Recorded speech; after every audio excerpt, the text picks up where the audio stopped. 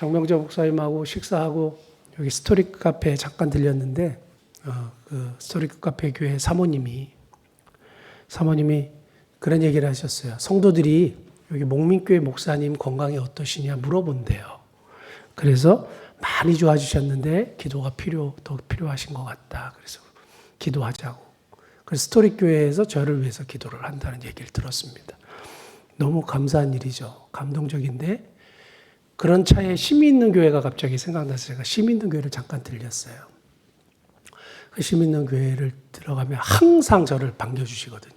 교인들이 식사를 하는 중인데 목사님하고 이제 옆에 장로님하고 계셔서 이런 얘기하다가 목사님께서 교회에서 저를 위해서 기도를 하신대요. 그래서 내가 너무 감사하다 그랬더니 우리 옆에 계신 장로님이 목사님 저희가 하루에 2번씩은 매일 목사님 위해서 기도합니다. 그래서 제가 너무 감동을 받았어요.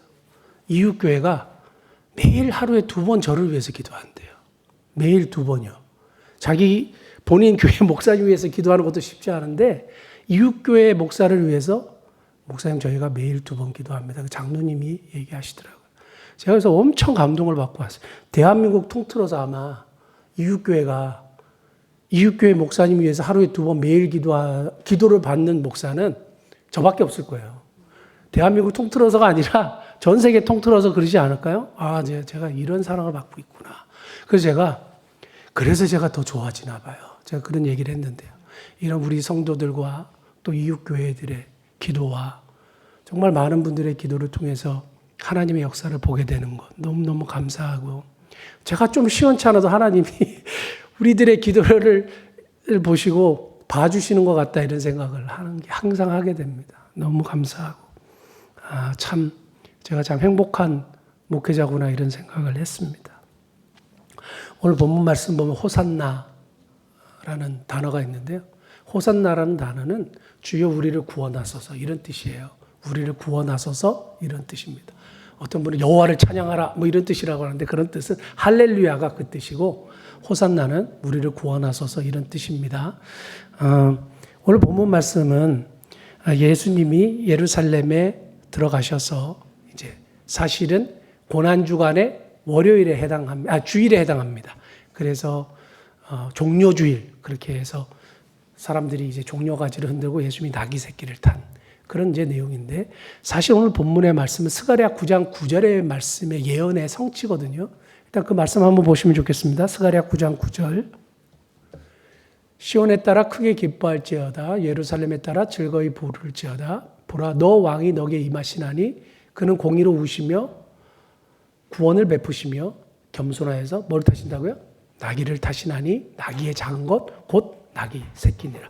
스가랴 9장 9절의 말씀 이것이 이제 오실 메시아에 대한 예언의 말씀이고 그 메시아가 나귀를 타시는데 나귀 새끼를 타신다 이거예요. 구체적으로 정해져 있습니다. 그러니까 예수님이 오셔서 나귀 새끼를 탔다고 이렇게 되어 있습니다. 그러니까 이게 스가랴 9장 9절의 말씀 예언의 성취고 예수님이 누구시냐? 메시아라는 것을 이제 분명하게 드러내 보이시는 그런 말씀이에요. 근데 이제 제가 오늘 이 말씀을 쭉 보면서 주가 쓰시겠다 하라 라는 말씀을 묵상하면서 이렇게 연구를 하면서 여기에 오해와 진실이 있구나. 그래서 주가 쓰시겠다 하라의 오해와 진실이라는 제목으로 말씀을 나누는데 이 말씀에 사람들이 은혜를 많이 받습니다. 주가 쓰시겠다 하라 이 말씀을 이렇게 감동을 받고 나도 주님이 쓰시겠다고 할 때 쓰임을 받아야지 주가 쓰시겠다 할 때 드려야지 뭐 이런 고백을 많이 들었단 말입니다. 그리고 그런 결단을 하는 걸 제가 많이 봤는데 이 말씀이 약간 오해의 소지가 있는 것이 뭐냐면 신학적으로 주가 쓰시겠다고 했어요. 그래가지고 사람의 마음을 딱 강권적으로 역사하셔서 하셨을 수도 있죠. 그러니까 사람이 옴짝달싹 못하고 그 권위 때문에 나귀 새끼를 이렇게 딱 내어줬을 경우도 있지 않습니까? 그런 해석이 가능하단 말이에요. 여기에 무슨 문제가 발생하냐면 자유의지의 문제가 발생해요. 하나님은 인간을 창조하실 때 스스로 결정하고 스스로 선택하고 그 선택에 대한 책임을 지도록 창조하셨어요. 그래서 아담과 하와가 선악과를 어떻게 했습니까? 따먹었죠. 그걸 허용하셨어요. 마찬가지로 하나님은 사람의 마음을 팍 이렇게 바꾸시거나 강압적으로 이렇게 하시는 분이 아니란 말이에요.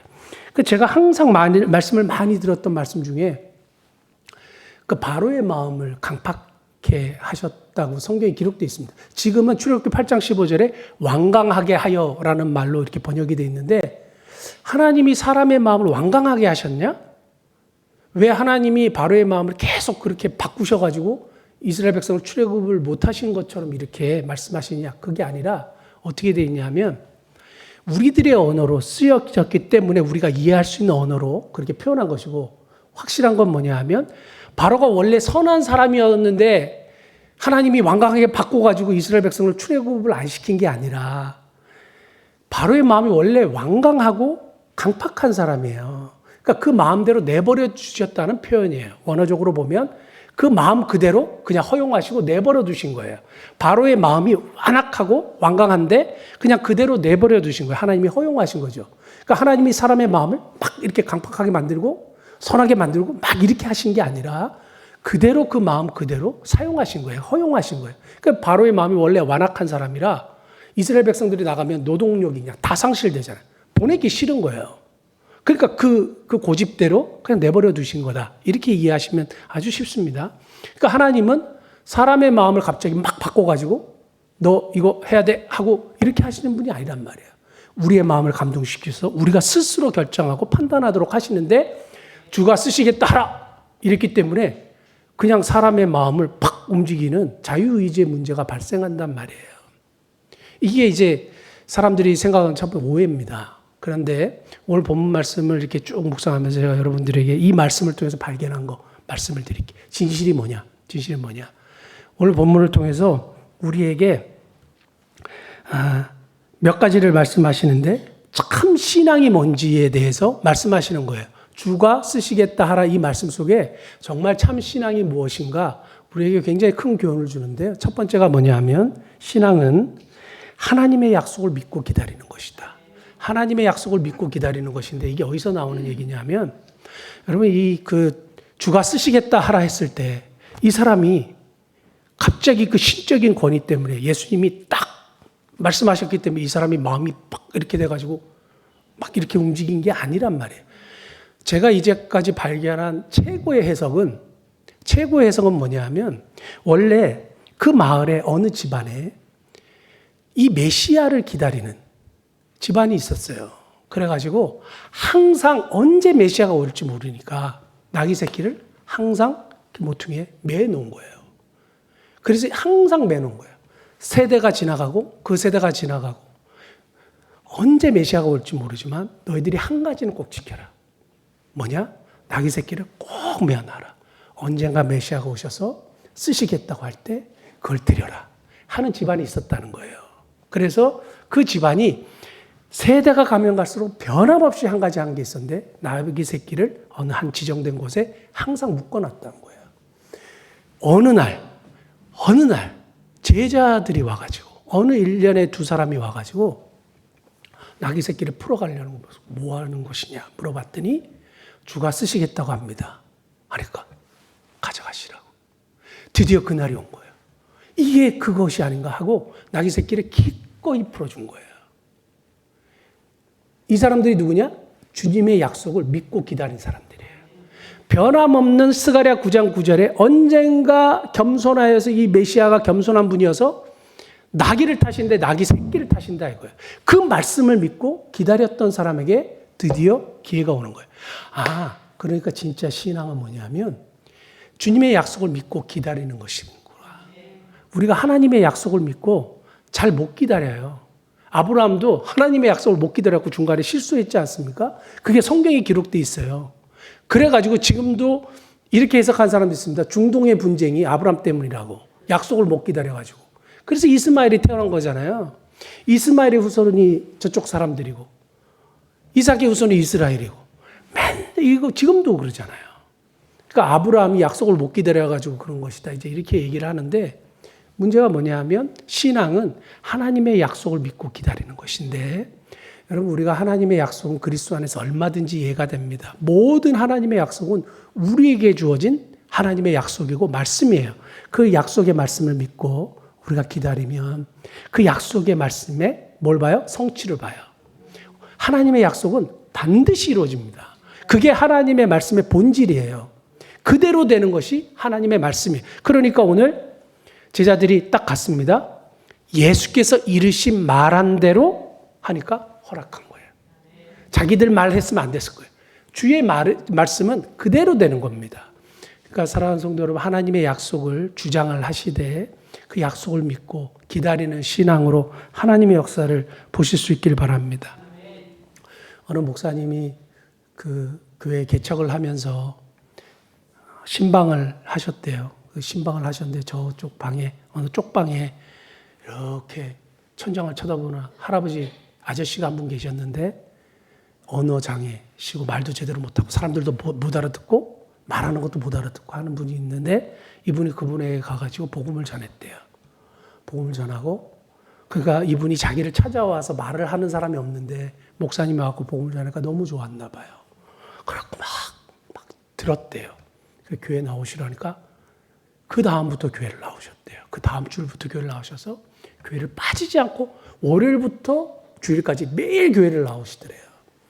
근데 이분이 장애인이잖아요.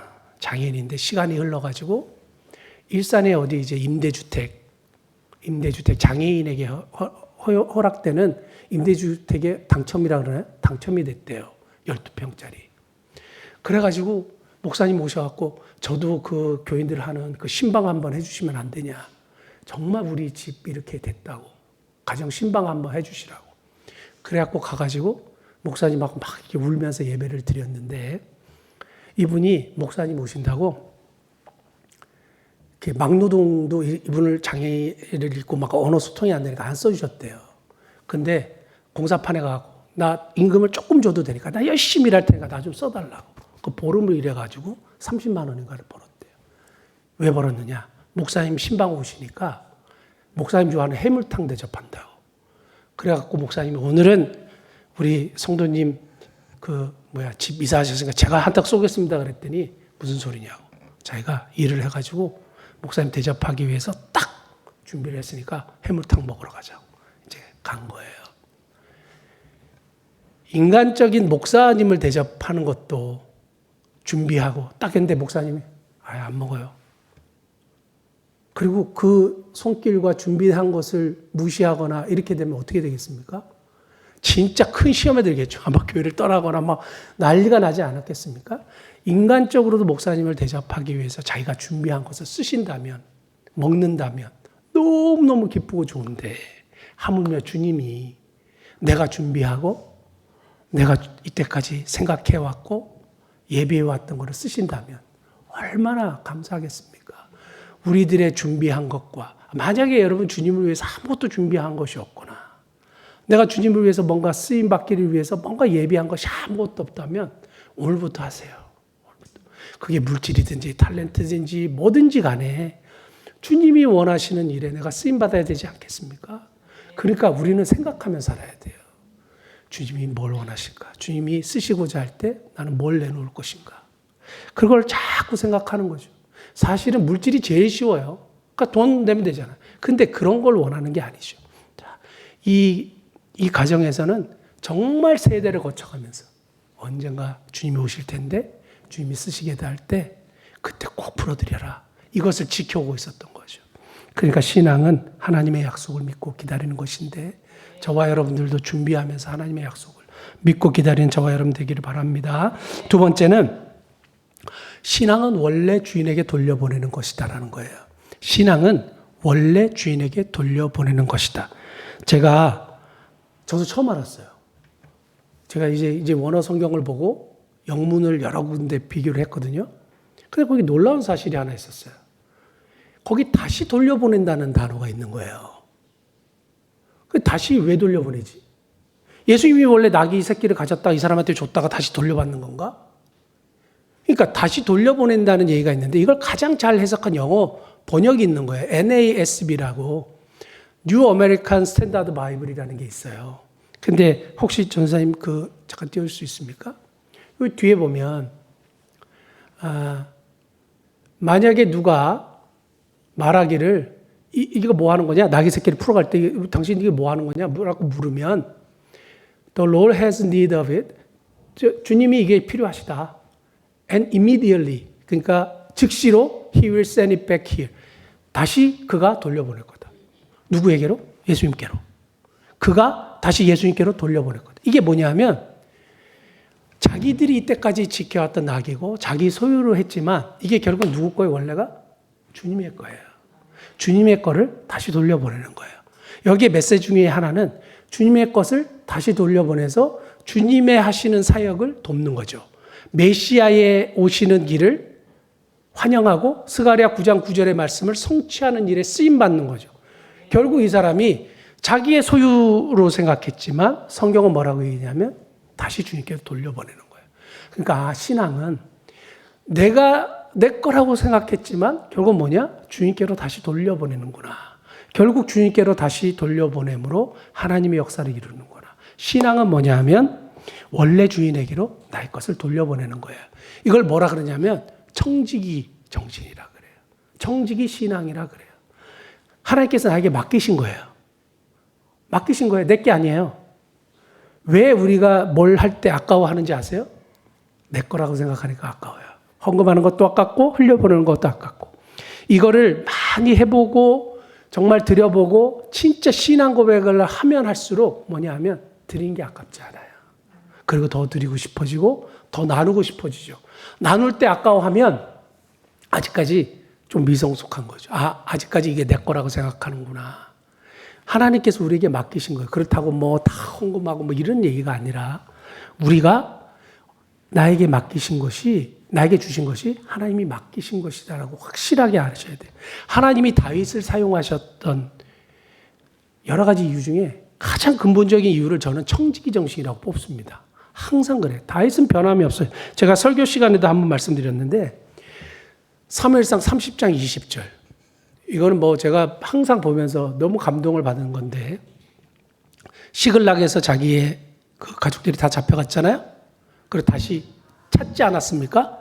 다시 찾았는데 그 다시 찾은 것을 가지고 무리들이 뭐라 그러냐면 다윗의 전리품이라 그랬어요. 저걸 샬랄이라 그래요. 샬랄 히브리어로 샬랄이라 그러는데 그 다음 구절 23절 22절 한번 볼까요?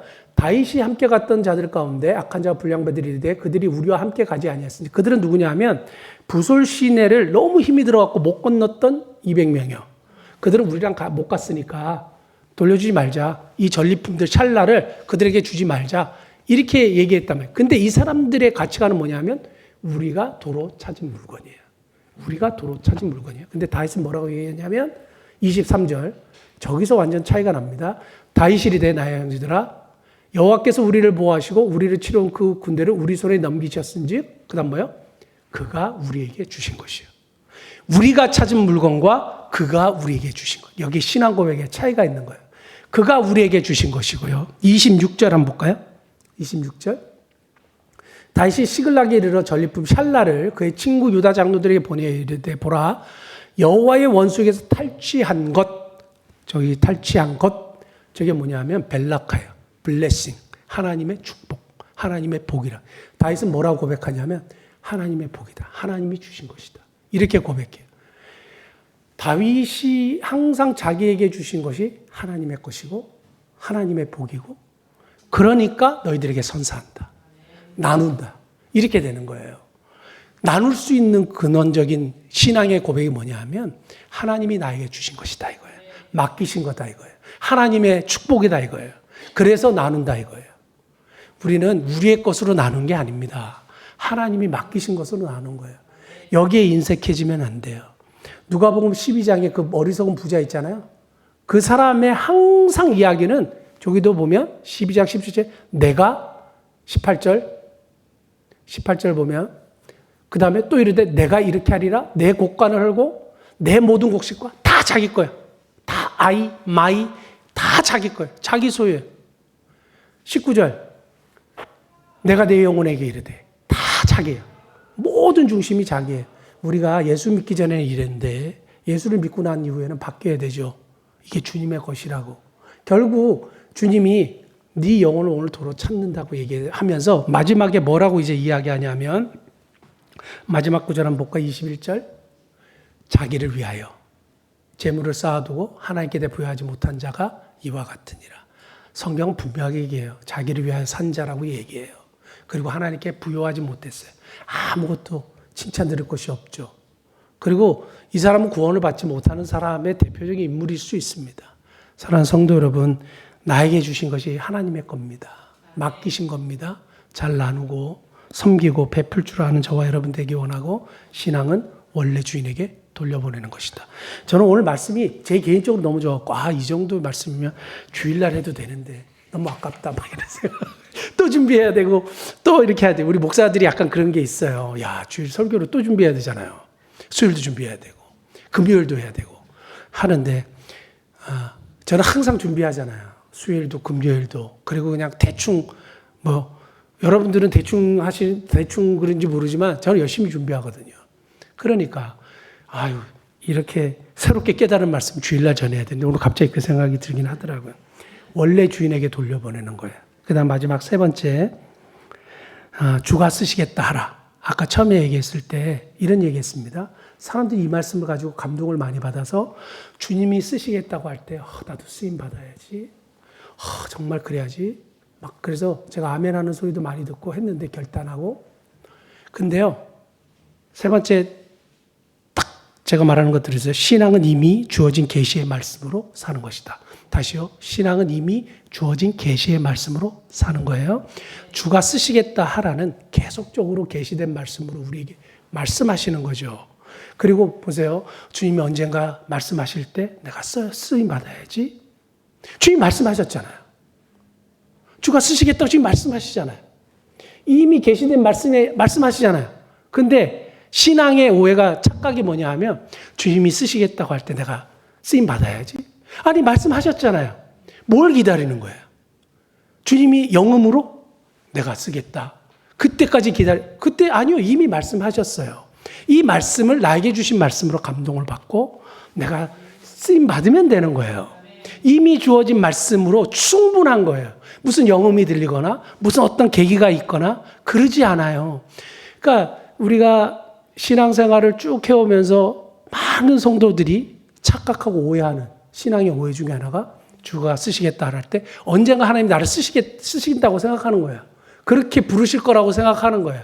아니에요. 이미 말씀하셨어요. 이미 쓰시겠다고 말씀하셨어요. 그러면 그것을 나에게 주신 말씀으로 받으면 내가 하나님 언제든지 내가 쓰임받기를 원합니다. 내가 지금이라도 쓰임받기를 원합니다. 사용해 주십시오. 내가 기꺼이 드리겠습니다. 근데 기꺼이 드리려고 하지 않는 사람은 사용하지 않으시겠죠. 그러니까 이미 주어진 계시의 말씀으로 사는 것이 신앙입니다. 뭔가 나중에 쓰임받아야지 이게 아니라 지금이요. 주어진 계시의 말씀으로 사는 것이 참 신앙입니다. 하나님이 감동을 주시고 또 때때로는 갈등을 유발하시고 고민을 하게 하시고 결국 이런 것들을 통해서 순종케 하심으로 하나님의 역사를 이루시는 거죠.